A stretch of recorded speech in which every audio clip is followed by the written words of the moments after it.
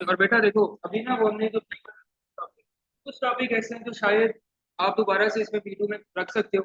Like recruitment का एक topic है जो पास में भी ऐसा हो चुका है कि सेम टाइम में P1 में भी था और P2 में किसी और तरह टेस्ट हुआ। मतलब P1 में इंटरनल एक्सटर्नल टेस्ट कर दिया और P2 के अंदर आपको चॉइस बेस्ड क्वेश्चन पूछा कि मैनेजर ए और बी में से बताओ मोस्ट सुटेबल कौन सा है। तो आपने ये नहीं कहना कि सारे टॉपिक्स हमारे वहां से निकल जाएंगे या सारे माइनस हो जाएंगे, ऐसा नहीं होगा, सारे नहीं निकलते। कुछ हाँ ये जरूर आप कह सकते हैं कि मेजोरिटी टॉपिक्स लाइक ग्लोबलाइजेशन है ना P1 के अंदर आया हुआ है और शायद मेरा ख्याल है 6 मार्क क्वेश्चन आया हुआ था। इतने इतने मार्क्स का क्वेश्चन था तो आपको खुद ही लॉजिकली समझ आना चाहिए कि शायद वो दोबारा से लॉन्ग क्वेश्चन के ऊपर टेस्ट नहीं होगा। अदर टॉपिक्स में इस दफा एक्सपेक्टेशन ये जरूर है कि शायद आपके पेपर में 2 जनरल क्वेश्चन आ सकते हैं, जिसका अच्छा ये आसानी वाली बात हो जाएगी, जिसका मतलब एक 12 मार्क के अंदर कोई सम सॉर्ट ऑफ क्वेश्चन जो केस स्टडी के साथ लिंक होता है, ऐसा टॉपिक टेस्ट नहीं होते। और एक आपका जो 8 मार्क के अंदर जनरल क्वेश्चन आते हैं एग्जाम्पल के तौर पे करेक्टरिस्टिक्स ऑफ एंटरप्रेन्योर, लेकिन P1 में आके हुए एडिड वैल्यू जनरल क्वेश्चन बन सकता है। इसके अलावा आपके पास जो टॉपिक है मार्केट रिसर्च भी जनरल क्वेश्चन बनाए जा सकते हैं, हो सकता है। इसके साथ साथ जो आपके क्वालिटी वाले टॉपिक हैं, क्वालिटी की इंपॉर्टेंस बता दो, प्रॉफिट की इंपॉर्टेंस बताओ, जनरल क्वेश्चन 8 मार्क हो सकता है, उसको माइंड में रखना है। अभी देखो हम थोड़ा सा सीक्वेंस में टॉपिक बाय टॉपिक देखते हैं। और बेटा टॉपिक देखने से ज्यादा जरूरी इस वक्त यह है कि आप केसेस को देखो और क्वेश्चन के सिनेरियो समझो। वैसे तो बड़ा सिंपल है कि 8 और 12 मार्क्स ही है, तो हमें वो उतना डिटेल में नहीं जाना पड़ेगा कौन सा पार्ट आ रहा है और कितने मार्क्स के लिए आ रहा है। अब इसमें हरिस यार ये जरा close कर। सोल ट्रेडर और पार्टनरशिप लिखा हुआ है। अच्छा बच्चों इसके ऊपर ना 2 सिनेरियोज हैं आपके पास। नंबर 1, अगर तो ये क्वेश्चन टेस्ट होता है 8 मार्क्स के अंदर, तो 8 मार्क्स में या तो सोल ट्रेडर के बेनिफिट ड्रॉबैक्स पूछ लेगा या फिर पार्टनरशिप के बेनिफिट ड्रॉबैक पूछ लेगा। और ये हम ऑलरेडी इसके ऊपर डिस्कशन बात में कर चुके हैं। अगर किसी को टॉपिक भूल गया, P1 वाला लेक्चर रिकॉर्डेड भी था, उसमें जाके दोबारा देखें, मतलब वो P1 के साथ हमने रिकॉर्ड किया हुआ था। 12 मार्क की अभी बता देते हैं। अच्छा जी बच्चों ये अ, अगर तो 8 मार्क्स तो बेनिफिट ड्रॉबैक और फीचर्स की साइड पे जाएगा। और एक क्वेश्चन मतलब बन सकता है कि आपसे कन्वर्जन पूछ लेगा सोल ट्रेडर से पार्टनरशिप में होना चाहिए कि नहीं। तो कीप इन माइंड कि जिस चीज में कन्वर्ट किया जा रहा है उसके बेनिफिट उसके ड्रॉबैक्स बता सकते हो। अगर आपने उसको सपोर्ट नहीं करना तो जो ऑलरेडी एग्जिस्टिंग आपका मॉडल है लाइक सोल ट्रेडर से पार्टनरशिप में जा रहा है और आप जस्टिफाई करना चाहते हो कि कन्वर्ट नहीं करना चाहिए, तो फिर कंक्लूजन में विद इवेल्युएशन सोल ट्रेडर की कोई ऐसी बात लिख दो, कोई ऐसा फीचर लिख दो, कोई ऐसी वैल्यूएशन बना दो कि आप अपने आंसर को जस्टिफाई कर सकेंगे क्यों हमें चेंज नहीं करना चाहिए। ठीक है, दोबारा सोल ट्रेडर 1% और पार्टनरशिप आपके मोर देन 2 पीपल और लेस देन 20। मार्केटिंग मिक्स में अच्छा बेटा पहली बात तो यह कि मार्केटिंग मिक्स आपको हमेशा करना पूरा ही चाहिए क्योंकि 4 पीस है, कॉम्बिनेशन ऑफ 4 पीस है, होते ही क्या marketing mix combination of 4 Ps और 4 marketing variables which are adjusted in accordance with the market condition, ये है marketing mix.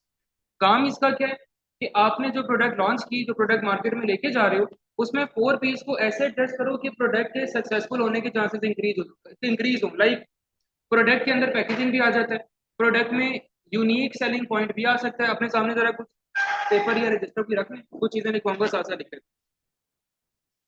Unique selling point को एज एन 8 मार्क क्वेश्चन में लिखो, unique selling point USP as an 8 mark question. ये general question भी हो सकता है।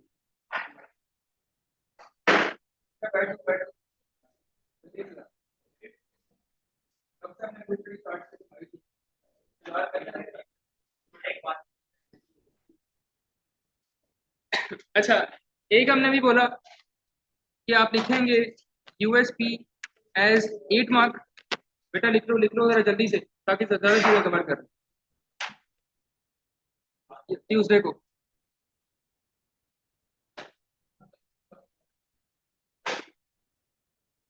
अच्छा हो गया पेपर।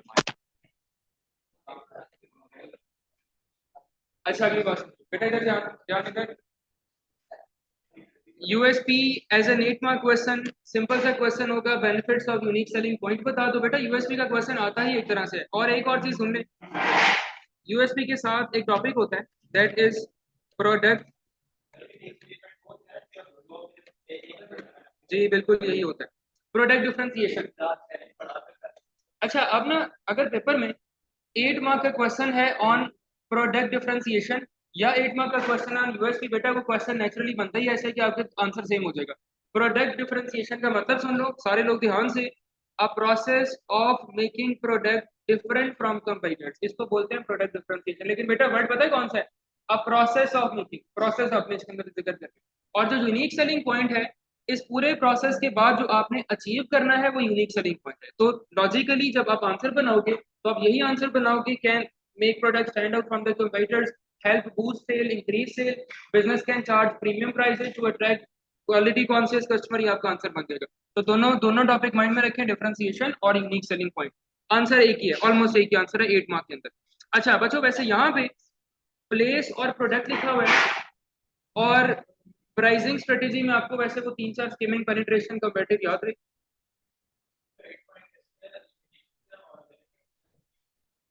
यूएसपी की लिमिटेशंस क्या होंगी बेटा? यूएसपी की लिमिटेशन होगी एक्सपेंसिव रिसर्च एंड डेवलपमेंट, क्योंकि यूएसपी बनाने के लिए आप रिसर्च एंड डेवलपमेंट करते हैं।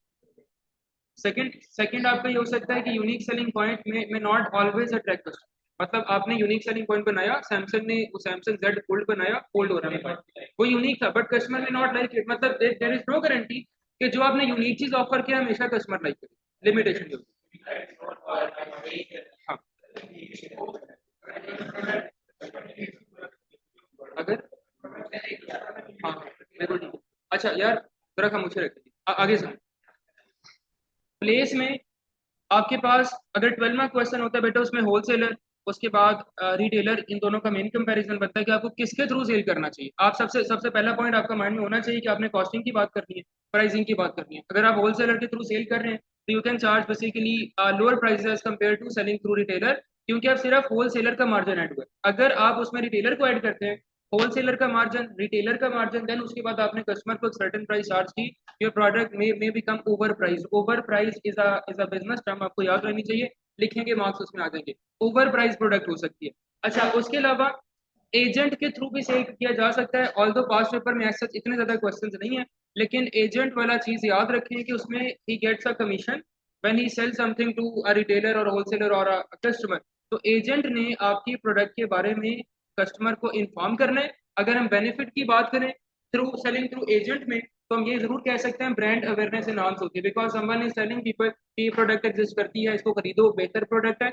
और अगर डिसएडवांटेज की बात करें तो agent can make false claims about the product, जो फीचर्स उसमें नहीं है वो कमीशन के लिए सेल कर देगा, उसको फॉल्स क्लेम कर देगा, और इसकी वजह से कस्टमर डिससेटिस्फेक्शन बिजनेस को फेस करना पड़ेगी, resulting in lower potential sales in future, less returning customer. बेटा ये कुछ वर्ड याद कर लो, रिटर्निंग कस्टमर याद कर लो, रिटेनिंग कस्टमर याद कर लो। रिटेन करने का मतलब जो कस्टमर आपका ऑलरेडी है उसको संभाल के रखो। रिटर्निंग कस्टमर का मतलब कि ऐसी कस्टमर सर्विस बिल्ड करो कस्टमर्स के साथ के वापस आपके पास आए, इसको बोलते हैं रिटर्निंग कस्टमर। तो दोनों टर्म याद रखें।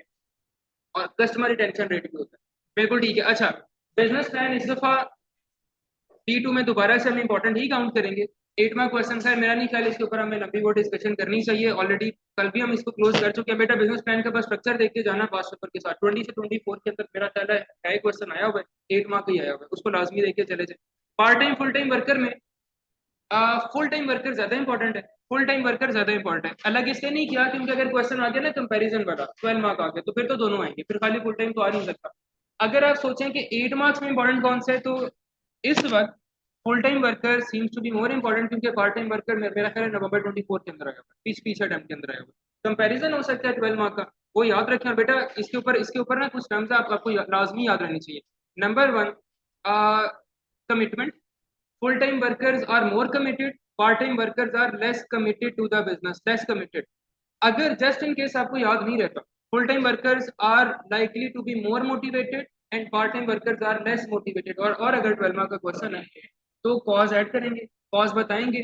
Full time workers are more motivated, highly motivated because they spend more working hours with the business, they have good interaction with the management and as a result they get more motivated as compare to part time worker. Part time worker time कम spend कर रहा है, और time कम spend करने की वजह से उसका इंटरेक्शन इतना नहीं है बिजनेस के साथ, ना ही उसकी सेंस ऑफ बिलोंगिंग है बिजनेस के साथ, इसकी वजह से कम मोटिवेटेड है। और पार्ट टाइम की वेजेस भी बाय बाय कॉन्ट्रैक्ट कम होती हैं, तो वो भी चीज उसको डिमोटिवेट कर सकती है। अच्छा बच्चों इसमें एक जो टर्म है सेंस है, that is sense of belonging. Sense of belonging सबने याद रखना है। Sense of belonging full time worker की ज्यादा होती है, पार्ट टाइम वर्कर की कम होती है। सेंस ऑफ बिलोंगिंग का आउटकम हमेशा मोटिवेशन होता है, higher sense of belonging higher motivation, low less sense of belonging less motivation. बस ये आपने याद रखना है। अच्छा उसके अलावा ये सबको याद रहे बेटा, ये आंसर अगर 8 मार्क है और जनरल है फिर तो ठीक है, जो हमने सारी बातें की वैलिड है, कोई कोई इसी में से मार्क्स आ जाएंगे। अगर केस स्टडी के अंदर आपका 8 मार्क भी केस स्टडी के साथ लिंक हो रहा है और कल बस ध्यान इधर, और 12 मार्क भी ऑब्वियसली केस स्टडी के साथ ही होगा, जनरल तो होगा नहीं। बच्चों उसके अंदर आपने जो केस के अंदर लिखा हुआ है उसके साथ रिलेट करना है। हो सकता है जो मैंने 3 4 बातें बोली हैं उसमें से एक दो बातें ना लिखी हो वहां पे, जो लिखा हुआ है उसके साथ लिंक करो।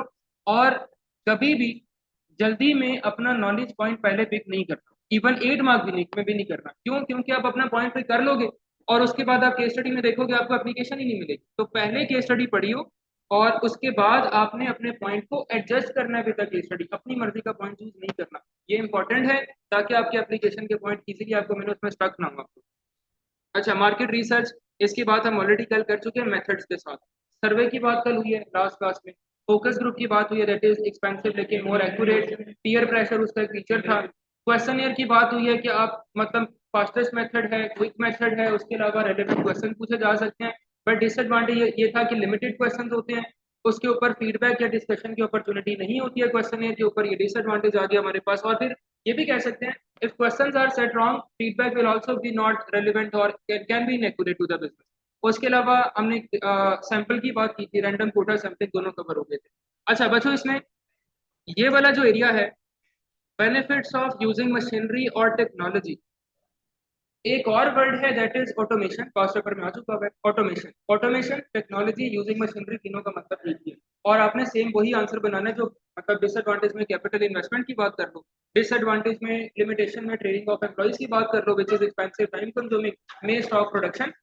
बेनिफिट्स के अंदर efficiency, quick production, large output और इवन मोटिवेशन ऑफ एम्प्लॉइज भी लिख सकते हो because their workload get reduce. अच्छा अब एक बात सुन ले बच्चों, हम ये एनालिसिस P1 में ई पार्ट में भी सीख रहे थे कि आपने आंसर हरगिज ओपन एंडेड नहीं छोड़ना। मतलब due to machinery worker will get motivated, ये आपका आंसर नहीं है। आप बताओ कि वो मोटिवेट क्यों है, क्योंकि मशीनरी से वर्कर डीमोटिवेट भी होता है, आपको सब बताना पड़ेगा। Gets motivated because the work become easier for him or workload gets reduced, can have a sense of relaxation or peace at work, या reduce workload, this can motivate। अब आप चाहें तो आप मशीनरी के साथ डीमोटिवेशन लिख लें, he will feel a threat to his job which reduces his security, job security, and this way he can get demotivated। तो demotivation motivation दोनों लिख सकते हैं। एक्सपेंसिव है वो कैपिटल के साथ, सोर्स ऑफ फाइनेंस के साथ लिंक करते हैं। अच्छा जी, इसके बाद बच्चों आगे हमारे पास, वैसे ब्रेक इवन वाला भी पार्ट इंपॉर्टेंट तो है ही, लेकिन अच्छा ये पेपर है, सामने देखो, सामने देखो, पेपर है आपके सामने जून 24 का, क्वेश्चन पेपर 22। और बच्चों इसमें जो मैं कल बात कर रहा था ना बिजनेस ऑब्जेक्टिव, मैंने आपको 3 सिनेरियोज दिखवाए थे। या तो जनरल क्वेश्चन होगा, या बिजनेस ऑब्जेक्टिव आपसे वो 12 मार्क के अंदर पूछे होंगे 2 3, या फिर आपको खुद ही से उसको रेकमेंड करना पड़ सकता है कि कौन सा ऑब्जेक्टिव मोस्ट सुटेबल हो सकता है इसके लिए। ये क्वेश्चन है जनरल क्वेश्चन और यहाँ पूछा हुआ है why setting objective is important to this business. और इसके पॉइंट्स हमने कल किए हैं, परफॉर्मेंस मेजरमेंट और सेंस ऑफ डायरेक्शन, सबसे ज्यादा प्रोमिनेंट और आसान अच्छे पॉइंट जो हमारे पास यही बन रहे होते हैं। तो एक ये वाला क्वेश्चन, अच्छा करने का तरीका क्या होगा, मैं आपको भी एक सैंपल भी दिखा देता हूँ आंसर का। टीसीआर वैसे मैंने पहले करवाई थी लेकिन सारे क्वेश्चन उसमें नहीं हुए थे। बच्चों 8 मार्क्स है ना, तो ये वाला जो आपका रीजन है और नॉलेज का पॉइंट है, इसको आपने कभी भी इनसफिशिएंट नहीं लिखना। जिसका मतलब होता है कि आपने कोई लफ्ज लिखा, कोई एक वर्ड लिखा, 2 वर्ड लिखे और उसकी सेंस नहीं बन रही है तो आपको मार्क्स नहीं मिलेंगे। लाइक अगर आप ये क्वेश्चन है ना, आप why setting business objective is important और आप लिखो परफॉर्मेंस, तो इसका नंबर नहीं है। मतलब खाली आपने परफॉर्मेंस लिखा, इसका कोई नंबर नहीं है। आप इसको पूरा सेंटेंस बनाओगे, फ्रेज बनाओगे, इसका can help measure performance of business, क्योंकि 2 लाइंस गिवन है और जाहिर है किसी वजह से ये 2 लाइनें दी होंगी ना, फजूल में तो नहीं लिखी हुई है। तो उसके ऊपर लाजमी इतना सेंटेंस बनाओ कि मीनिंग क्लियर हो जाना चाहिए। इसी तरह can give sense of direction to management और एम्प्लॉइज, ये आपका पॉइंट बनना चाहिए इसके अंदर, फिर आप इसको एक्सप्लेन करोगे। अच्छा इसी पेपर में ये स्पेसिफिक पेपर चूज इसलिए किया है, कल मेरे पास मैं नहीं पढ़ा रहा आज, मुझे सुनने को। अच्छा ये बी पार्ट में 12 मार्क के अंदर आपके पास क्वेश्चन आया हुआ है ब्रेक इवन का। ब्रेक इवन का डायरेक्ट क्वेश्चन नहीं है, इनडायरेक्ट क्वेश्चन है, समझाता हूँ कैसे। बच्चों इसके अंदर इन्होंने पूछा था appendix 1 and other information, consider 2 new products J could produce, which product they should choose and justify your answer using break even calculations। इसका जो इंसर्ट पेपर था उसके अंदर, मेरा ख्याल है इस वक्त इंसर्ट पेपर नहीं है, अभी निकाल लेते हैं हम। उसके अंदर आपके पास ब्रेक इवन की फिगर गिवन थी, आपने कैलकुलेट करना था। और मतलब दोनों प्रोडक्ट्स के लिए अलग अलग था। फिर आपने रेकमेंड करना था कि बेहतर प्रोडक्ट कौन सी है। तो क्वेश्चन सारा ब्रेक इवन के ऊपर नहीं है। आपने अपेंडिक्स 1 यूज करना है, आपने अदर इन्फॉर्मेशन का मतलब पूरी केस स्टडी अलाउड है आपको यूज करने के लिए, और फिर आपने ब्रेक इवन की कैलकुलेशन की सपोर्ट नहीं है। अब सुने कि आपका जजमेंट टूल क्या होना चाहिए। जिस प्रोडक्ट का ब्रेक इवन पॉइंट कम है वो ज्यादा बेहतर, जिस प्रोडक्ट का मार्जिन ऑफ सेफ्टी ज्यादा है वो प्रोडक्ट आपके लिए बेहतर है। ये दो चीजें चेक कर लो, ब्रेक इवन का काम नॉर्मली इतना ही होता है। हाँ, एक और चीज आप कह सकते हो कि ब्रेक इवन एनालिसिस और ब्रेक इवन चार्ट आपको हेल्प करता है टोटल रेवेन्यू एनालाइज करने में और टोटल कॉस्ट देखने में। उसकी वजह से management can basically take decision about reduction of cost और सेटिंग राइट प्राइसेस। इतना काम है सिर्फ ब्रेक इवन का। तीन काम आपको बता दिए। नंबर वन आपसे क्या है कि आपको पता चल जाएगा ब्रेक इवन पॉइंट कौन सा, अगर कम है तो वो प्रोडक्ट अच्छी है, जिसका मार्जिन ऑफ सेफ्टी ज्यादा है वो प्रोडक्ट अच्छी है, और नंबर थ्री मैनेजमेंट को कहाँ कहाँ पे सपोर्ट मिल रही है, राइट प्राइसिंग और कॉस्ट कटिंग के तहत। बस इससे ज्यादा कोई काम ब्रेक इवन का नहीं है। क्या आएगा? नहीं नहीं नहीं, बस बस बस, कोई बात नहीं। अच्छा जी, ये ऐसे बच्चों ऐसे क्वेश्चंस अटेम्प्ट करना आसान होगा। और एक और, हाँ, अब उस तरफ आते हैं कि इसको अटेम्प्ट कैसे करना होता है। दो हेडिंग्स है और एंड पे रिकमेंडेशन है, 12 मार्क्स है। बेटा इसके अंदर एज सच कोई सेट पैटर्न नहीं है। उसका मतलब कि 2 पॉइंट इधर करूँ, 3 पॉइंट इधर लिखूँ, एडवांटेज डिसएडवांटेज लिखूँ, ऐसा कोई चीज एग्जिस्ट नहीं करती है। 12 मार्क्स है, लेवल बेस्ड आंसर के मार्क्स हैं, और लेवल बेस्ड आंसर में आप दो तीन बातें जिसका वो ख्याल रखना है। एक, आपको इसमें नंबर मिल रहा है नॉलेज के, और बेटा नॉलेज के नंबर का मतलब हरगिज एक पॉइंट या वर्ड लफ्ज लिखना नहीं है। नॉलेज के पॉइंट का मतलब आपका पॉइंट एग्जैक्ट है क्या, उसके ऊपर बात करनी है। नॉलेज के मार्क्स है। उसके अलावा इसके अंदर एनालिसिस के मार्क्स हैं। अब इधर सुन लो जरा मुबीन। बच्चों एनालिसिस वाले पोर्शन में चेकिंग का तरीका क्या होता है कि एक आपका होता है लिमिटेड एनालिसिस। लिमिटेड एनालिसिस का मतलब कि आपने कोई बात की लेकिन उसके अंदर लिंक और चेन ऑफ एनालिसिस या एक्सप्लेनेशन अच्छी नहीं, आपने कोई दो तीन पॉइंट जोड़े लेकिन उसकी सेंस अच्छी नहीं बन रही है, इसको मार्क्स मिलते हैं लेकिन लिमिटेड एनालिसिस के। और अगर आप देखें कि बेस्ट एनालिसिस कौन सा है जिसको हम लेवल 3 के अंदर लेके जाते हैं, दैट इज डेवलप्ड एनालिसिस। आपने जो पॉइंट बोला, लाइक आपने लिखा कि ब्रेक इवन पॉइंट एक प्रोडक्ट का कम है।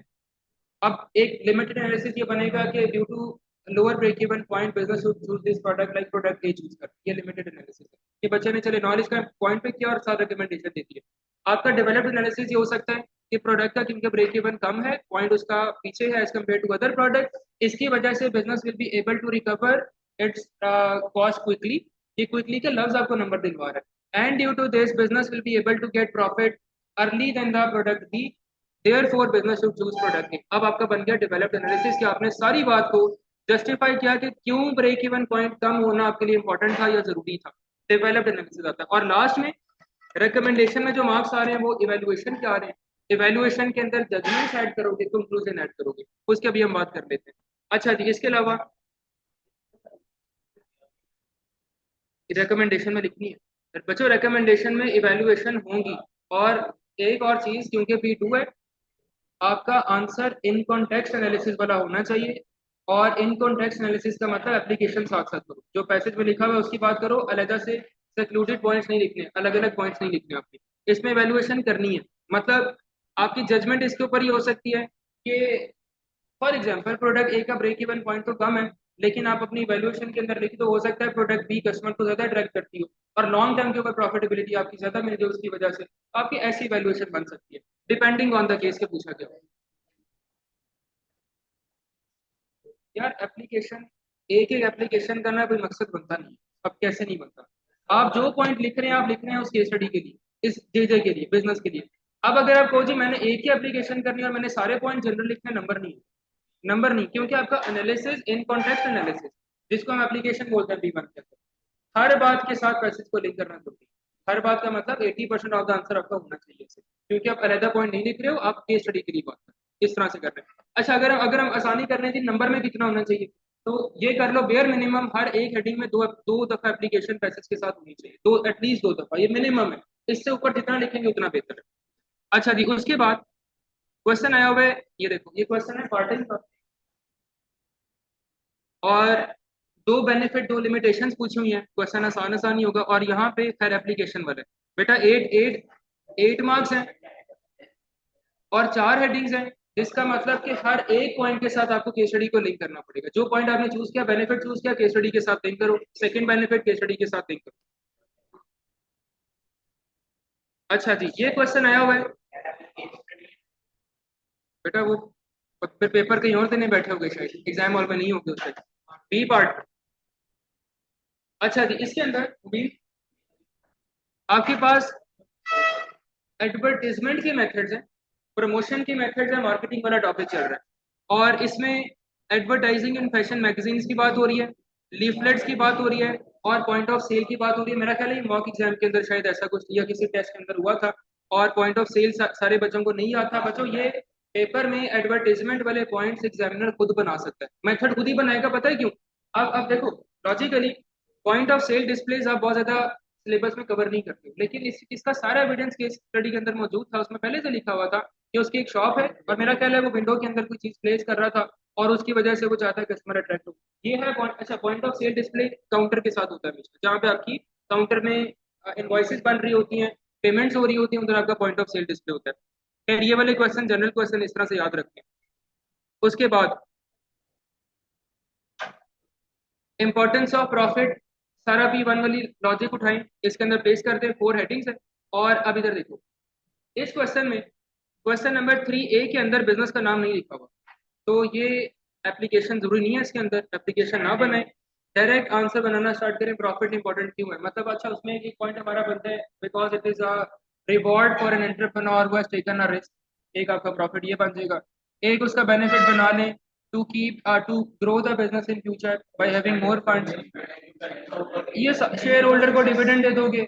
बिजनेस का ये मेजर ऑफ सक्सेस होता है प्रॉफिट। प्रॉफिट जो है आपको कैश फ्लो में सपोर्ट करता है, फंड्स आपके पास आते हैं। खैर, आसान आसान बात।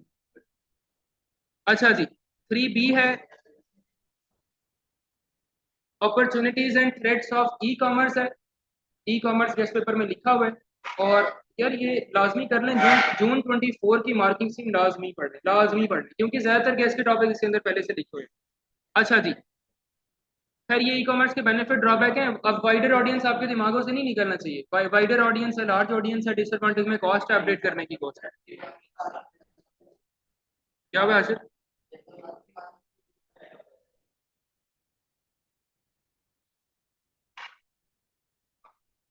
अच्छा, इधर देखो क्वेश्चन, चावल, यार बातें तो बाद में भी हो जाएंगी। Using appendix 2 and other information explained two ways, JJ may be affected by the forecast increase in unemployment। अच्छा बच्चों, ये प्योरली केस स्टडी के अंदर इंफॉर्मेशन गिवन थी। कंट्री एक्स के अंदर अनएम्प्लॉयमेंट इंक्रीज हो रही है, और आपने उसका इफेक्ट बताना है बिजनेस के ऊपर क्या हो सकता है। अनएम्प्लॉयमेंट बढ़ने का मतलब है बेरोजगारी बढ़ रही है। और अगर अन और ये नहीं कहना आपने कि उसकी वजह से लोगों के लिविंग स्टैंडर्ड खराब हो रहे हैं, they will not have income, ये आपका फुल स्टॉप नहीं होना चाहिए यहाँ पे। इफेक्ट ऑन बिजनेस बताओ, बिजनेस को क्या नुकसान या फायदा मिल रहा है। पहली बात, अब उसमें ये, अच्छा इफेक्ट पॉजिटिव नेगेटिव दोनों हो सकते हैं। अनएम्प्लॉयमेंट बढ़ रही है, लोगों के पास इनकम्स नहीं है, लिविंग स्टैंडर्ड अच्छे नहीं है, परचेजिंग पावर कम है, जिसकी वजह से बिजनेस की डिमांड फॉल करेगी क्योंकि लोग परचेज नहीं कर सकते। एक आपका इफेक्ट ये बनेगा। सेकेंड इफेक्ट आपका ये बनेगा, अनएम्प्लॉयमेंट की वजह से आप पोटेंशियल एम्प्लॉयज को, वर्कर्स को कम सैलरी से ऊपर अट्रैक्ट कर सकते हैं, बिकॉज जब लोगों के पास अनएम्प्लॉयमेंट होती है, इनकम्स नहीं होती हैं, तो वो कम पैसों पे काम करने के लिए तैयार हो। This will help business save it's wages और सैलरी कॉस्ट। ये लिखेंगे, आपका इफेक्ट बन गया तैयार। तो पेपर में बैठ के आपने, अगर इफेक्ट का क्वेश्चन है, पॉजिटिव नेगेटिव दोनों में से आंसर फाइंड आउट करो, और देखो सबसे ज्यादा सूट कौन सा कर रहा है उस केस स्टडी के साथ। इसके अलावा इस बी पार्ट में ये थोड़ा सा डिफरेंट क्वेश्चन था। सबके पास यार, इधर इधर तस्वीर है, जल्दी से कुछ सुन लो ना यार, अच्छा हो जाएगा पेपर। इधर आ जाओ, इधर अच्छी सुनाई देगा। नहीं नहीं, इधर आ जाओ, मैं भी इधर खड़ा हूँ, बगैर पहन के ही खड़ा हूँ, इधर आ जाओ। नहीं, फिर इधर आ जाओ। अच्छा जी, एनवायरमेंट वाला क्वेश्चन है, और उसने खुद से आपको केस स्टडी के अंदर से कोई बातें निकाल के पूछी थी, लाइक फैक्ट्री में कोल इस्तेमाल हो रहा है, और ऐसे सप्लायर से आप परचेज कर रहे हो जो एनवायरमेंट को डैमेज कर रहे हैं, और इसके ऑब्वियस हमने बताने होंगे। Which issue should J choose to solve first. अच्छा बच्चों, इफेक्ट तो है ही, आप इफेक्ट के बगैर बात कर ही नहीं सकते। बिजनेस को फर्क क्या पड़े, फिर वो क्यों सोल्यूशन निकाल रहे हैं। क्वेश्चन थोड़ा डिफरेंट था। उन्होंने आपसे ये नहीं पूछा कि इनमें से सबसे बड़ा मसला कौन सा है, या दोनों को सॉल्व करें या ना करें। क्वेश्चन आपसे बस ये पूछा पहले किसको सॉल्व, जिसका मतलब इन दोनों में से, दोनों इश्यूज में से सबसे बड़ा मसला कौन सा है, और उसको पहले सॉल्व करना है। अब देखो अगर आप बात करो कोल फॉर फ्यूल वाली बात, मैं आपको कुछ पॉइंट बता दूं अगर कि अगर बेटा आप अपनी फैक्ट्री में कोल इस्तेमाल कर रहे हैं तो ये प्योरली आपके अपने कंट्रोल में है। इस प्रोसेस को चेंज करना क्योंकि आपके कंट्रोल में है, intervention of any third parties के अंदर नहीं है, तो हम कह सकते हैं लॉजिकली और practically it is easier to change, but investment और फंड आपको चाहिए ताकि आप पूरे प्रोसेस को चेंज कर सको और शायद टेम्परेरीली प्रोडक्शन आपको स्टॉप करना पड़े if you are changing the process. एक चीज ये बन गई। अब पॉजिटिव नेगेटिव दोनों मेरी इस बात के अंदर आ गए। अगर आप बाइंग फ्रॉम सप्लायर की बात करो तो फिर आपको इसमें बताना, इसमें पहली बात तो ये करनी पड़ेगी कि शायद बिजनेस सप्लायर को कन्विंस ना कर सके क्योंकि सप्लायर इज नॉट बाउंड कि वो आपके मशरूम के ऊपर चलेगा और आपसे रिकमेंडेशन लेगा, तो हम सप्लायर को कन्विंस शायद ना कर सके, मतलब ये बिजनेस नहीं कर सकता, जिसकी वजह से it would be difficult that supplier changes its production process और take action to prevent damages to environment. उसके अलावा आप ये बता सकते हो कि बिजनेस को दूसरे सप्लायर फाइंड आउट कर लेने चाहिए जो ज्यादा एनवायरमेंट फ्रेंडली प्रैक्टिसेस कर रहे हो, और बेटा अगर आपको ये लफ्ज याद नहीं रहते एथिकल का वर्ड यूज करो, हु आर मोर एथिकल और डूइंग राइट एक्टिविटीज। उसके साथ आप कॉस्ट की बात कर लो। देखिए जब इवेल्युएशन में जाओगे इधर आंसर लिखोगे इधर बात करोगे बच्चों, कंक्लूजन में फॉर एग्जांपल हम सपोर्ट करते हैं कि बिजनेस को अपना सप्लायर सप्लायर वाला मसला पहले सॉल्व करना चाहिए। ठीक है, हम कहते हैं जी सप्लायर का मसला में ज्यादा बड़ा लगता है, सप्लायर को अपने मसले को सॉल्व करना चाहिए और इसका हल क्या होगा, चेंज सप्लायर, सप्लायर चेंज कर लो। और ये जो भी बिजनेस है हम उसमें ये कह सकते हैं कि देयर में भी number of suppliers out there जिसको आप अप्रोच कर सकते हो, लेकिन बच्चों इवेल्युएशन आपकी ये बनेगी it depends on the existing relationship with the supplier, कि जब आप सप्लायर को चेंज कर रहे होगे तो आपको देखना पड़ेगा मेरा करंट रिलेशन कैसा है उसके साथ, और सबसे इंपॉर्टेंट चीज कि आपको ये भी देखना पड़ेगा कि आपने सप्लायर के साथ कॉन्ट्रैक्ट कौन सा साइन किया हुआ है। अगर आप already long term contract sign कर चुके हो अब आप इस सप्लायर को छोड़ नहीं सकते, तो फिर क्या करें, फिर आप अपनी फैक्ट्री के अंदर कोल को रिप्लेस उसको चेंज करें, क्योंकि कॉन्ट्रैक्ट विद द सप्लायर आप उसमें लीगली बाउंड हो कि आप उसके साथ ट्रेड करोगे और उससे सामान परचेज करोगे। अगर कॉन्ट्रैक्ट साइंड है तो फिर सप्लायर आप छोड़ दोगे और आप गोल्ड वाली साइड पे जाओगे। बट बच्चों ये इवेल्युएशन बताइए आप कि business should consider whether it has any long term contract और short term contract with the supplier before taking a decision. But हम ये कहेंगे in my opinion it is more suitable और business should consider changing supplier because it is one of the major.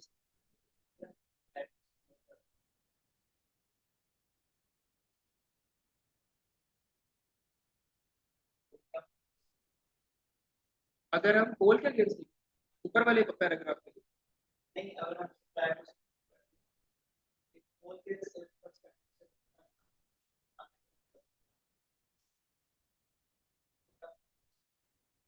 अच्छा पहले मुझे ये बताओ सपोर्ट से मुराद क्या है कि हम सप्लायर वाला इशू बढ़ा है या कोल वाला इशू बढ़ा है?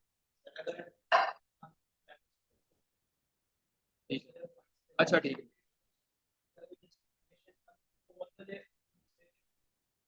ठीक है अच्छा उसमें उसमें आप ये बताओगे कि आप अगर अपना देखो आप उसमें ये वेटेज बिल्ड करोगे, अगर आप सप्लायर को चेंज करते हो तो ये आसान है एज कम्पेयर टू कि आप पूरी प्रोडक्शन प्लांट अपना स्टॉप करो, अपने ऑर्डर्स को डिले करो और कस्टमर डिससेटिस्फाई होंगे आपके। उससे बहुत बेहतर है कि आप सप्लायर चेंज करने में ढूंढे, क्योंकि सप्लायर चेंज करने के दौरान जो आपकी प्रोडक्शन में डिले आएगा वो उतना ज्यादा नहीं होगा जितना प्रोडक्शन रोकने से आ सकता है, क्योंकि आप शिफ्ट कर रहे हो ना टेम्परेली, आप रॉ मटेरियल स्टॉक भी कर सकते हो।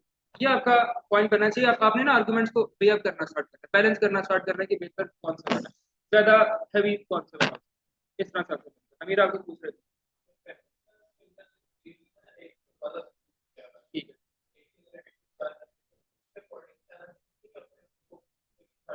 नहीं उसमें देखो उसमें ये होता है कि अगर आपको क्लियरली नजर आ गया कि पैसेज के अंदर ही वो इस डायरेक्शन में मूव कर रहा है और आपके पास पॉइंट उसकी फेवर में ज्यादा है किसी एक की, तो आपको वही करना चाहिए। मना नहीं है, मतलब ये नहीं कि आप दूसरे को सपोर्ट कर नहीं सकते, लेकिन वहां पे वाइज डिसीजन ये होगा कि आप जिसका एविडेंस बहुत आता है उसको सपोर्ट करें ताकि लॉजिकली वो करेक्ट नजर आए, अच्छा नजर आए। अच्छा जी बच्चों उसके बाद ये पेपर खत्म होने के बाद आप देखो ये आपके पास एक पेपर था जून 23 का। इस सारे क्वेश्चंस की तरफ हम नहीं जा रहे, मैंने कुछ क्वेश्चन पहले करवाए हुए हैं आपको। यार ये वही है, आप लोगों को याद है, इसको लेवल को याद होगा, थिएटर वाला बिजनेस था वो, जारा और जैन वाला। ठीक है। हाँ जी रूम 22 में किया था, अच्छी बात है आपको याद है। 3A, ये गैस में देखो इधर question number 3A, explain 4 reason, ये पेपर में आ सकता है question. Why it is important that Jen prepares a cash flow forecast before starting it. Theatre वाला बिजनेस था और ये दोनों मेरा ख्याल है पास में उस फील्ड में रही हैं, फिर अपना बिजनेस स्टार्ट किया, थिएटर की सीट्स लिखी हुई थी और सारी चीजें उसके अंदर मेंशन थी। अब टॉपिक आ रहा है कैश फ्लो फोरकास्ट का। बेटा कैश फ्लो फोरकास्ट पहले होता क्या है, पहले ये समझ लो। इसमें कुछ आपको कैलकुलेशंस आनी चाहिए, जस्ट इन केस पेपर में आपके पास कुछ फिगर उसने ब्लैंक छोड़ दिया और आप कैलकुलेट करके उसको यूज करोगे तो आपको पता होना चाहिए। Number one, cash flow forecast में कैश इनफ्लोज होते हैं, इसमें से आपने एक्सपेक्टेड फोरकास्टेड फ्यूचर वाले, इसमें से आपने कैश आउटफ्लोज माइनस करने होते हैं। ब्रैकेट का मतलब माइनस होता है। ये जो आंसर आपके पास आएगा ये आएगा नेट कैश फ्लो। अच्छा, इससे आगे दो फिगर्स और आती हैं, वो हमेशा कभी गिवन नहीं होती हैं, कभी आ भी जाती हैं। इसमें आपने प्लस कर देना ओपनिंग बैलेंस और इज इक्वल टू आपके पास आ जाएगा क्लोजिंग बैलेंस। अब ये होता क्या, सुन लो बेटा। कैश इनफ्लो का मतलब आपके बिजनेस में टोटल उस पर्टिकुलर पीरियड में, एक साल में कैश आया कितना था। ठीक है, इसे बोलते हैं कैश इनफ्लो। कल पे पास आ जाओ जल्दी से, कैश इनफ्लो बोलते हैं इसको। अच्छा, आउटफ्लो जो है बिजनेस से कितना कैश जा रहा है वो आपकी कैश आउटफ्लोज है। इसको आपने नेट ऑफ किया तो आपके पास आ गया नेट कैश फ्लो। बेटा नेट कैश फ्लो माइनस में भी हो सकता है, परेशान नहीं होना आपको। नेट कैश फ्लो माइनस में आ सकता है, नेगेटिव हो सकता है। उसका मतलब आपको पता होना चाहिए। नेगेटिव नेट कैश फ्लो का मतलब कि बिजनेस के उस साल में आउटफ्लोज इतने ज्यादा थे और इनफ्लोज इतने कम थे कि उसके पास अब कैश बचा ही है। कैश सरप्लस नहीं है, एक्स्ट्रा नहीं है, डेफिसिट चल रहा है, नेगेटिव चल रहा है। तो ये पॉजिटिव नेगेटिव दोनों हो सकते हैं। ओपनिंग बैलेंस का मतलब होता है कि पिछले साल आपके पास कितना कैश आपके पास आगे की तरफ आ रहा है, मतलब पिछले साल कितना कैश पड़ा हुआ था बिजनेस के पास। नेट कैश फ्लो में जब आपने ओपनिंग कैश फ्लो ऐड किया, मतलब इस साल मेरे पास लेट से कैश आ गया $100, पिछले साल का मेरे पास पड़ा हुआ है $20, तो 100 + 20 करूंगा क्लोजिंग बैलेंस आगे। ये है कैश फ्लो की वर्क। ठीक हो गया, बस इस हद तक आपने याद रखना। इसके अलावा बच्चों ओपनिंग क्लोजिंग के साथ इस वाले केस में खैर ओपनिंग बनेगा नहीं क्योंकि बिजनेस स्टार्ट होने जा रहा है, और ये थोड़ी शक्ल कर लेना पेपर में। अगर बिजनेस स्टार्टअप है, स्टार्ट होने जा रहा है, तो उसका ओपनिंग बैलेंस हो नहीं सकता क्योंकि पहले इसका कैश फ्लो है ही नहीं। तो आपका सारी वर्किंग इनफ्लो आउटफ्लो के ऊपर खत्म हो जाएगी। अच्छा, अब क्वेश्चन देखो बच्चों। क्वेश्चन पूछा हुआ है व्हाई इट इज इंपॉर्टेंट कि उनको कैश फ्लो प्रिपेयर करना चाहिए। आसान वर्ड्स में क्वेश्चन आया हुआ है इंपॉर्टेंस ऑफ कैश फ्लो पे, और ये 4 हेडिंग्स हैं, आपके पेपर में 2 हो सकते हैं, 2 हेडिंग्स हो सकते हैं, याद रखना। आप जरा देखें इसका एक सैंपल आंसर जो कैंडिडेट रिस्पॉन्स के अंदर लिखा हुआ था। ये फाइल आपके साथ ऑलरेडी शेयर्ड है, सब लोगों ने इसको लाजमी पढ़ के जाना। अगर अभी भी किसी को डाउट है ना कि हमें समझ नहीं आता 12 मार्क लिखें कैसे और 8 मार्क को कैसे बैलेंस करना है, ये वाला पेपर पढ़ के जाना। चलो इधर देखो, मार्क्स देख लो पहले इसके कितने हैं। हाई हाई रैंक वाले को 5/8 मार्क्स है, इसमें इंप्रूवमेंट आप लिखे होते हैं, वो आप लोग साथ साथ देख लेंगे। बच्चों पहली पहली चीज रीजन वन। अच्छा, ये ऑल द क्वेश्चन इतना मुश्किल होना नहीं था, 4 डिविजन है, लेकिन वो हाई मार्क्स वाले के अंदर फिर भी 5 मार्क्स लिखे हुए हैं। लेकिन देख लो कहाँ कहाँ पे इंप्रूवमेंट इसकी हो सकती है। हाँ जी, अब इसलिए मैं आपसे कहता हूँ कि हमेशा ज्यादा लिखना काफी नहीं है, पॉइंट वैलिड होना आपका जरूरी है, लिखा क्या हुआ है वो जरूरी है। अच्छा, अब देखें, ये सैंपल आंसर है, लिखना है ऐसे पेपर। For Zain to identify when ET's cash flow is unhealthy. Example, cash outflow is higher than inflow. This allows for ET to take action to minimize the threat and improve cash flow. Simple बात लिखी हुई है कि cash flow forecast से honour को उसको पता चलेगा कि बिजनेस की कैश फ्लो हेल्दी और अनहेल्दी का वर्ड वैसे यूज होता है, फाइनेंशियल हेल्थ का वर्ड अकाउंटिंग और बिजनेस में चलता है। तो उसने कहा वो कैश फ्लोज के बेहतर हैं कि नहीं है, और अगर कैश फ्लोज बेहतर नहीं है, नेगेटिव है, तो management can take action to correct them और उसके बाद वो उसको बेहतर कर लेंगे। अब ये जो पॉइंट नंबर 1 है ना, इसके साथ एग्जामिनर ने यहाँ पे कोड किया हुआ है। मगर यार ये हंसी मजाक बाद में भी हो जाएगा मेरा, अगर इधर कर लो। Acceptable reason is stated to identify when cash flow is unhealthy. ये नंबर मिल रहे हैं इसके, तो अभी मेरा ख्याल है इसी पे आप लोग हंस रहे थे बेटा, उसके नंबर मिले होंगे। थोड़ी सी ख्याल करो, देखो उस चीज को, अनहेल्दी के मार्क्स हैं। अच्छा, अब आपने नहीं इस्तेमाल करना गुड और बैड का वर्ड यूज करने, कोई मसला नहीं, लेकिन आगे लिखा हुआ है but the explanation of why this is important is generic and could be an explanation for any business. ये चीज मैं आपको बताना चाह रहा हूँ बहुत देर से। आपका पॉइंट अपना पॉइंट नहीं होना चाहिए, केस स्टडी के साथ होना चाहिए। उसने कहा है कि ये जो पॉइंट इसने लिखा है ना, ये तो किसी भी बिजनेस के साथ हम लिखते हैं, मतलब इसने ये जारा और जेन के लिए और ईटी वाले बिजनेस के लिए क्या पॉइंट बताया वो उसने आइडेंटिफाई नहीं किया उसके अंदर। और only 1 mark is awarded for this reason but no application mark is awarded. ये है 8 मार्क की कैटेगरी के अंदर ऐसे पॉइंट्स आएंगे। अगर ये लिखता ये can take corrective action such as to increase sales of number of tickets to get more fund more cash in, तो शायद आंसर बेहतर हो गया। बाकी आप केस स्टडी रखेंगे सामने, आपको नजर आ जाएगा। तो बेसिकली आपको ना, अब मैं आसान करके बताता हूँ कि क्या लिखा होता पूरे मार्क्स आते। बेटा इसमें लिखा एक्शन लो, टेक एक्शन।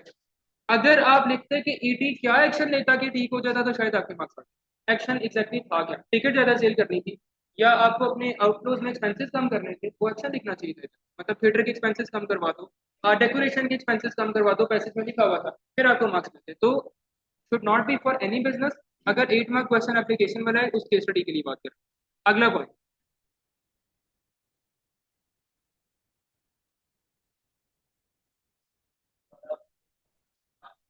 एक ही बात बिल्कुल करनी है। नाम इंक्लूड होने का मतलब ये था, केस स्टडी की कोई भी बात अगर क्वेश्चन में लिखी हुआ है तो एप्लीकेशन होगी, और एप्लीकेशन पूरे पैसेज की। मैं बताता हूँ, जेन का नाम इसलिए लिखा हुआ है बेटा, जेन का नाम इसलिए लिखा हुआ है क्योंकि केस स्टडी में जेन कैश फ्लो फोरकास्ट तैयार करने वाली सर, उसने डायरेक्ट वो वाला क्वेश्चन बना दिया। लेकिन आगे लिखा हुआ है बिफोर स्टार्टिंग ईटी, तो बिजनेस का नाम आ गया, एप्लीकेशन सारी बनेगी। अच्छा, पॉइंट नंबर 2, पहला पॉइंट समझ आ गया सबको? कैश फ्लो फोरकास्ट का पहला पॉइंट इंपॉर्टेंस का, business can identify cash negative cash flows, so can take corrective actions. Number 2, to apply for, बल्कि इसको कहीं पे नोट करें, कैश फ्लो फोरकास्ट लिखें importance. Number 1, identify negative cash flow, can identify negative cash flow,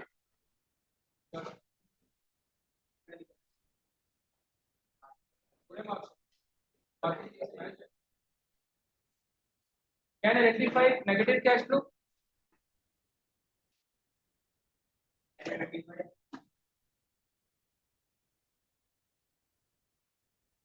negative cash flow.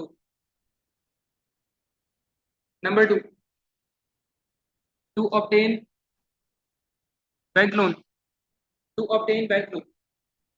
अच्छा, अब वो किसी केस में इन्वेस्टर की बात आ गई है, तो to obtain funds from investor लिख दो। बैंक लोन की बात आ गई है, तो ऑब्टेन बैंक लोन लिख दो। तो शेयर होल्डर की बात है, टू अट्रैक्ट शेयर होल्डर लिख दो। नंबर आता है, मतलब केस के मुताबिक। अच्छा, नंबर 2 लिखा हुआ है, to apply for bank loan. अब इधर इधर ध्यान, पढ़ लो। To apply for bank loan, this is for Zain to convince the, यहाँ पे लेंडर आना था, to convince the lender that ET theatre could make revenue so that bank is loan is justified. Forecast help convince bank about ET's reliability. आसान words में उसने ये लिखा हुआ है, थोड़ा बल्कि लेंथी लिखा हुआ है, कि बैंक लोन के लिए जब अप्लाई करना होगा तो आपको बैंक को जस्टिफाई करना पड़ेगा कि हम आपको इंटरेस्ट पेमेंट कर सकेंगे कि नहीं। और बेटा इंटरेस्ट पेमेंट कैश के अंदर से होती है। अगर कैश फ्लो आपकी बेहतर इंटरेस्ट पेमेंट होगी, बैंक कन्विंस होगा। कन्विंस का वर्ड यहाँ देखना इंपॉर्टेंट था। और ईटी के थिएटर की रिलायबिलिटी का पता चलेगा कि ये थिएटर चलेगा भी कि नहीं। तो बेसिकली प्रॉफिट, रेवेन्यू और कैश फ्लोज ऐसे इंडिकेटर्स होते हैं जो बिजनेस के सक्सेस और फेलियर की तरफ इशारा देते हैं। तीनों अगर नेगेटिव होंगे, कम होंगे, तो बिजनेस फेलियर की तरफ जाए। अच्छा जी, अब देखो साथ ही लिखा हुआ है, second acceptable reason is stated, development is applied. ये मैं आपको भी थोड़ी देर पहले बोल रहा था, डेवलप्ड एनालिसिस उसने तो इस बच्चे ने कर दिया, मतलब थिएटर की बात भी कर दी है, और साथ उसने जस्टिफिकेशन ऑफ बैंक लोन भी लिखा हुआ है। Apply to the case by explaining that ET theatre could make revenue so that bank loan is justified. मतलब आपको बैंक को प्रूव करना है कि हम आपसे लोन जब मांग रहे हैं तो कैश फ्लो हमारा पॉजिटिव चल रहा है, जिसका मतलब अगर पॉजिटिव है तो हम रेवेन्यू जनरेट कर रहे हैं, और अगर रेवेन्यू मिल रहा है तो थिएटर अच्छा चल रहा है। अब ये थिएटर की बात आ रही है उस पैसेज के मुताबिक, नंबर आ गया। और 1 मार्क फॉर रीजन। अच्छा, अब एक ब्लंडर क्या हो सकता है पेपर में कि आप रीजन ही कोई फजूल से लिखते हो, फिर तो आपके नंबर दोनों चले जाएंगे। मतलब रीजन, एक अच्छी रीजन आइडेंटिफाई करो, नॉलेज का पॉइंट आइडेंटिफाई करो, और उसके बाद उसको इतना एक्सप्लेन करो कि उसका मतलब समझ आ जाए। मतलब ये नहीं कि हम इतना ही टाइम बचाने लगते हैं कि बस देखते हैं बैंक लोन, फिर नीचे एक्सप्लेन करना शुरू करते हैं, नहीं करना, पूरा पैराग्राफ करना। और 1 mark for this explanation applies to the business in context, 2 marks आते हैं। समझ आ गया? Obtain bank loan, obtain bank loan की वो याद रहेगी जस्टिफिकेशन, कि बिजनेस बैंक को दिखा सकता है कि हमें रेवेन्यू मिल रहा है, और रेवेन्यू कहाँ से, कोई प्रोडक्ट है उसका नाम लिखो, उस प्रोडक्ट से रेवेन्यू मिल रहा है, थिएटर सक्सेसफुल हो रहा है, या जो भी प्रोडक्ट है वहाँ पे सर्विस है। नंबर 3, मेरा ख्याल है इसमें शायद 1 मार्क इसका डिडक्ट हुआ है ना। To improve liquidity of ET and identify possible issues. If ET does not have any cash left, the forecast can help identify the issue and allow Zain to troubleshoot it. अब आप लोग तबीयत खराब होना शुरू हो जाएगी, ट्रबल शूट कभी जिंदगी में पढ़ा नहीं, छोड़ दें। ट्रबल शूट का मतलब बेसिकली यही है कि जब आप क्राइसिस में जाओगे तो सोल्यूशन क्या फाइंड आउट करोगे उसका। This help to increase it sustain survivability लिखा हुआ है, सस्टेनेबिलिटी लिखे, सर्वाइवल लिखे, शोर सर्वाइवल लिखे, मार्क्स आते हैं। अच्छा, इस पे पता है क्या हुआ है, इधर लिखा हुआ है reason is correct but repeat of reason one identify possible issues. अब मैं आपको समझाता हूँ कि एग्जामिनर ने उसको कहाँ से पिन पॉइंट किया कि आपने जब अपना रीजन नंबर वन लिखा था तो आपने इसके अंदर लिखा था, ये देखो, allow for ET to take actions, ये बात की है, ठीक है। और यहाँ पे मतलब इश्यूज के साथ उसने उसको लिंक किया हुआ था। इधर जो उसने बात की है आइडेंटिफाई द इशू और उसके बाद ट्रबल शूट की बात कर रहे हैं, तो बेसिकली ट्रबल शूट करना और उसके बाद एक्शन को निकालना, ये दोनों सिमिलर पॉइंट्स, एक ही बात कर रहा है बच्चा। तो उसने क्या किया, हमने आपको रीजन की मार्क दे दी है कि आप बिजनेस की लिक्विडिटी को इंप्रूव करोगे। देखें, आपने इशू वाला पॉइंट रिपीट किया हुआ नीचे, दोनों पे आप एक्शन ले रहे हो, कोई दोनों में आप इशू को सॉल्व कर रहे हो, जिसकी वजह से नंबर उसके सेकंड नंबर नहीं मिला हुआ उसको। अच्छा, अब थर्ड हमारा कैश फ्लो का पॉइंट बनेगा, इधर से निकाल लेते हैं, इंप्रूव लिक्विडिटी। लिक्विडिटी क्या होता है मैं भी बता देता हूँ, और इसका हम कंप्लीट अच्छा आंसर भी बना लेते हैं। इंप्रूव लिक्विडिटी, बच्चों लिक्विडिटी की डेफिनेशन है ability of business to pay its short term debts। अब अगर ये बिजनेस कहीं से लोन ले रहा है, लेट से लोन नहीं भी लिया हुआ, और आपने अपने वर्कर्स को सैलरीज तो पे करनी है, इसमें थिएटर के अंदर उसके पास जो भी एम्प्लॉइज है उसको सैलरीज पे करनी पड़ेगी, या वेजेस या डेकोरेशन का सामान लेना पड़ेगा, ये सब पैसेज में लिखा हुआ है। अगर ये बच्चा इसमें लिंक कर देता ना, important to improve liquidity because Zara and Zain have to pay to the for the material of decoration and salaries और वेजेस टू एम्प्लॉइज और वर्कर्स, तो नंबर आ जाते हैं। लिक्विडिटी का मतलब कि आपके बिजनेस में कितना कैश पड़ा हुआ है जिससे आप अपने खर्चे पूरे कर सकते हो, तो और वो चलना ही कैश फ्लो से है। कैश फ्लो बेहतर, लिक्विडिटी बेहतर, लिक्विडिटी को नंबर मिला हुआ इसलिए हमने यहाँ पे लिख दिया। अब आपको इम्प्रूव्ड आंसर भी बता दिया। अच्छा जी, उसके बाद हाँ, ये इम्प्रूव लिक्विडिटी लिखा, उसके साथ लिखो टू पे इंटरेस्ट, वेजेस और मटेरियल्स, टू पे फॉर इंटरेस्ट, वेजेस और मटेरियल्स। इन तीनों में से कोई एक बात तो यार लाजमी होगी ना केस स्टडी के अंदर, उसके साथ लिंक करके, टू पे फॉर वेजेस, इंटरेस्ट और तीसरा क्या लिखा है, मटेरियल्स, मटेरियल्स। इन तीनों में से एक चीज लाजमी पैसेज के अंदर होगी, लिंक बना देना। अच्छा जी, और लास्ट चीज लिखी हुई है टू हेल्प मेक डिसीजन। अच्छा, ये जनरल पॉइंट पे चलेगी, ऑल दो एक्सेप्टेबल है, वैलिड है, लेकिन आपको बताना पड़ेगा बेटा डिसीजन किस चीज के बारे में। उसने लिखा हुआ है as to increase seed prices and cost to set up performance. If the business have low cash inflow then Zara Zain may decide to increase prices of seed to help to help and the forecast allows Zain to take actions on certain problem। अच्छा, यहाँ पे ना ये चीज एक examiner की कभी भी फेवरेबल नहीं रही है, पसंद उसको नहीं आती है, फेवरेट नहीं रही। उसकी वजह यह है, जब आप प्रॉब्लम इश्यूज की बात करते रहोगे ना और आप इशू बताओगे नहीं तो मसला है। इसको फुल मार्क्स इसलिए मिल गया क्योंकि इसने ऑलरेडी ऊपर इशू बता के सोल्यूशन दे दिया होगा। ये बच्चे ने वैसी एक्स्ट्रा बात की हुई है, शायद वो इग्नोर कर दिया होगा एग्जामिनर ने, या उसके मार्क्स भी नहीं मिले होंगे। तो इन शॉर्ट हमारा फोर्थ पॉइंट ये बन रहा है, देखो, to make better decision, to take better decision, better decision making होगी।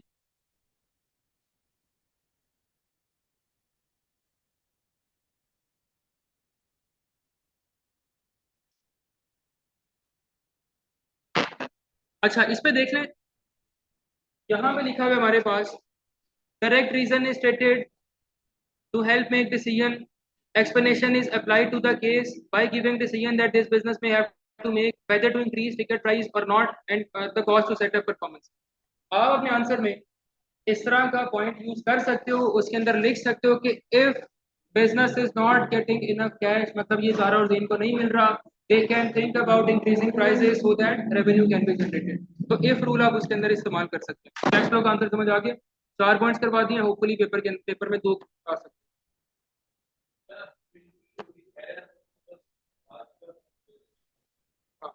रिपीट होने,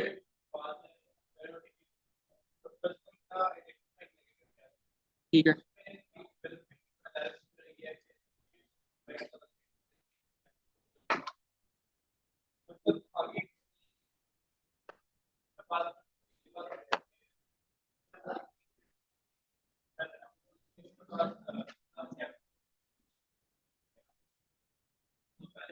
बता दो, दोनों दोनों इस तरह वैलिड है।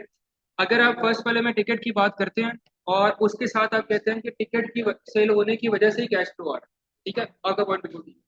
बैंक लोन के साथ सिर्फ अगर आप एक वर्ड ऐड कर दो कि टिकट की प्राइस जो भी आप मैनेज उसके अंदर होती है, उसकी वजह से रेवेन्यू मिलेगा और बैंक को एश्योरेंस मिलेगी कि बिजनेस सक्सेसफुल। आपका अब ये वाला सेट कंप्लीट, तो मार्क्स आपको आ जाए। मतलब हाँ, हम ये नहीं बस कर सकते कि आपने एक पॉइंट में कहा, जैसे उसमें लिखा कि इशू है और एक्शन लेना पड़ेगा, फिर नीचे लिखा इशू और एक्शन लेना पड़ेगा। आपको या तो दोनों जगह पे इशू सेपरेट कर दो और सोल्यूशन भी रह जाता है, फिर मार्क्स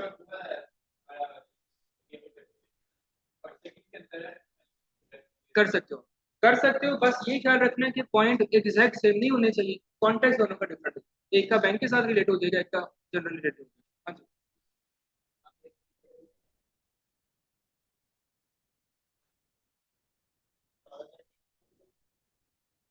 नहीं, मैं आपको बता देखो इधर देखो, यहाँ पे ना हर जगह पे क्या लिखा हुआ है, टू इम्प्रूव द लिक्विडिटी। इसका मतलब ये है कि फ्यूचर में इम्प्रूव होगा, ठीक है, वर्ड ही ऐसे लिखा है। और ये देखो, if ET does not have any cash left, इसका मतलब ये अगर ऐसा हो फ्यूचर में। यहाँ पे ऐसा लिखा हुआ है to to apply for bank loan, bank loan के लिए अप्लाई करने के लिए, तो मतलब फ्यूचर में चला गया। तो सारे पॉइंट्स आ उसी के अंदर है, वो नहीं है जो आप कह रहे हो उस तरह से नहीं लिखा हुआ। हाँ, समझने वाली साइड पे थोड़ा शायद ऐसे लगे, लेकिन बच्चे ने अपना सेंटेंस का स्ट्रक्चर वही था। ठीक है। अच्छा जी बेटा, ये हो गया। इसके बाद हमारे पास इसी इसी पेपर में इसी क्वेश्चन का जो 12 मार्क था, इधर देखो, रोल ऑफ मार्केटिंग के ऊपर था। बच्चों, रोल ऑफ मार्केटिंग में identifying customer need, satisfying customer need और मेंटेनिंग कस्टमर लॉयल्टी। ये ना, ये क्वेश्चन दो दफा है। एक दफा ईटी वाले पैसेज में, और एक दफा एक पैसेज था जिम, कोई जिम वाला पैसेज था, उसमें वो जिम ऑपरेट कर रहा है, और उसके साथ एग्जैक्ट ऐसा क्वेश्चन था, तीन में से कोई एक चीज डिफरेंट थी, बाकी दोनों सेम थे। सबसे बड़ी प्रॉब्लम, मुझे एग्जैक्ट याद है, हमारे बच्चे वो अटेम्प्ट वो देकर आए थे, उसके अंदर ये लिखा हुआ था। तो प्रॉब्लम उनको ये थी कि हमें आइडेंटिफाइंग और सेटिस्फाइंग नीड में फर्क नहीं समझा। मतलब अच्छा, इन रियलिटी दोनों का मतलब ऑलमोस्ट सेम ही बनता है, आप पढ़ेंगे सेम तरीके से, लिखेंगे सेम तरीके से, लेकिन आइडेंटिफाइंग कस्टमर नीड आपका चला जाएगा some sort of market research की तरफ, कि आपने पहले फाइंड आउट करना है कस्टमर की नीड्स एग्जैक्ट है क्या, तो मार्केट रिसर्च का टच इसमें आ जाएगा। और जब आपने कस्टमर नीड सेटिस्फाई करनी है, तो यहाँ पे कस्टमर सर्विस की बात ज्यादा होगी, कस्टमर सर्विस की या फिर मार्केटिंग की बात ज्यादा होगी। और मेंटेनिंग कस्टमर लॉयल्टी के अंदर इटसेल्फ प्रोडक्ट प्रोडक्ट क्वालिटी और कस्टमर सर्विस, फिर दोबारा ऐसी बात होगी। अब आप ये देख लोगे ना, तो नजर आ जाएगा आइडेंटिफाई करने का मतलब awareness, getting awareness about customer. Satisfying का मतलब कि जो भी अवेयरनेस आपको मिली है उस पर आपका एक्शन क्या, मतलब आपने उसके लिए क्या किया, ठीक कैसे किया उसको। तो खैर, इसकी सपोर्ट अब इसका एक आंसर एटलीस्ट पढ़ रहे हो, पैराग्राफ कैसे लिखा हुआ है। 9 मार्क्स आउट ऑफ 12, और 9 से 10 मार्क्स वाला अच्छा आंसर काउंट होता है। अच्छा बच्चों, इसमें लिखा हुआ है,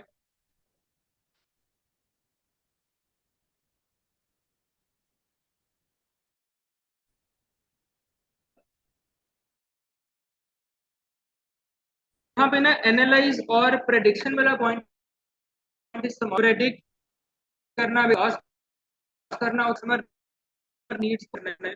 आपने कस्टमर की नीड्स को फोरकास्ट या प्रेडिक्ट करने की बात की। अब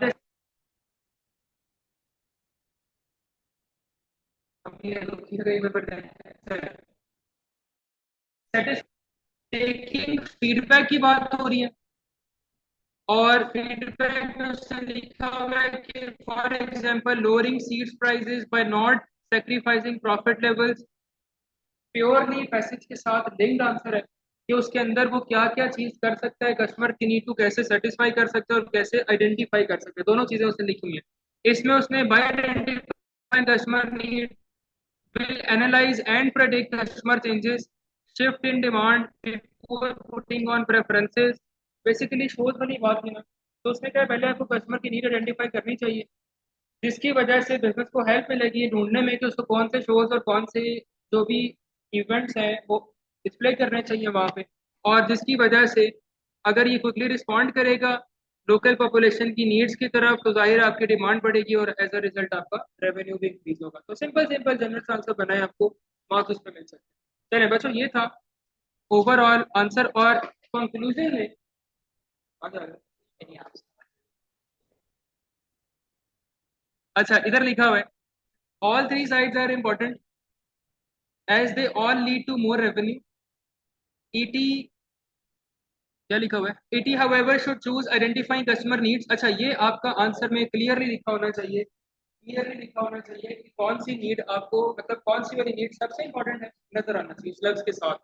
और बिकॉज अब ये इंपॉर्टेंट है, जिस चीज को सपोर्ट कर रहे हो उसकी एक वजह लिखो, बिकॉज के साथ उसकी रीजन मेंशन करो। If they do so they will automatically be satisfying customer need and customer loyalty will naturally follow after, hence making more sales and having a competitive advantage। अच्छा आप सुनिए, एग्जैक्ट ये जो case बना हुआ है ना, जिम वाले आंसर में भी उन्होंने मार्किंग स्कीम में वैल्यूएशन में यही लिखा हुआ था कि जब तक आप नीड्स को आइडेंटिफाई नहीं करोगे तो सेटिस्फाई कैसे। और बेटा जो चीज एग्जिस्ट नहीं करती उसकी सेटिस्फेक्शन वाला जो पॉइंट है वो एक्सट्रीमली लेस इंपॉर्टेंट हो जाएगा कि एट फर्स्ट प्लेस अगर आपके पास डेटा ही नहीं है तो आप सेटिस्फाई किस नीड को कर रहे हो। जिसका मतलब बच्चे ने अपनी वजह ये बताई है कि जब ये बिजनेस नीड को आइडेंटिफाई करेगा ऑटोमेटिकली उसकी तरफ काम करना स्टार्ट करेगा तो नीड सेटिस्फाई भी हो जाएगी। और अगर हम कहते हैं कस्टमर नीड सेटिस्फाई करनी है उसके उसके ऊपर आपकी वैल्यूएशन ये बननी चाहिए because identification of needs alone may not be helpful, because अगर वो नीड सेटिस्फाई नहीं हो रही तो आपको फायदा नहीं, रेवेन्यू नहीं बढ़ रहा। आप हर तरह से सपोर्ट कर सकते हैं। जो लास्ट वाला था ना मेंटेनिंग कस्टमर लॉयल्टी, वो इन सब में सबसे कम इंपॉर्टेंट है। उसकी वजह यह है अगर आपको नीड आइडेंटिफाइड नहीं है सेटिस्फाइड नहीं है तो कस्टमर रॉयल होता ही नहीं, मतलब वो लिस्ट में नंबर 3 पे चला है, उसको सपोर्ट ना करना बहुत बेहतर है। ठीक है ये इवेल्युएशन एनालिसिस के साथ बनी हुई है। और यहाँ पे ये जरा देखना साइड पे, there is a conclusion moves the response into level 3 mark, conclusion is generic so the mark is at the lower end of the level 3 mark band। अच्छा बेटा ये अभी हाशिर ही पूछ रहा था मार्क कैसे मिलते हैं, एक एग्जामिनर की मर्जी है कि वो आपको उस बैंड में से 9 से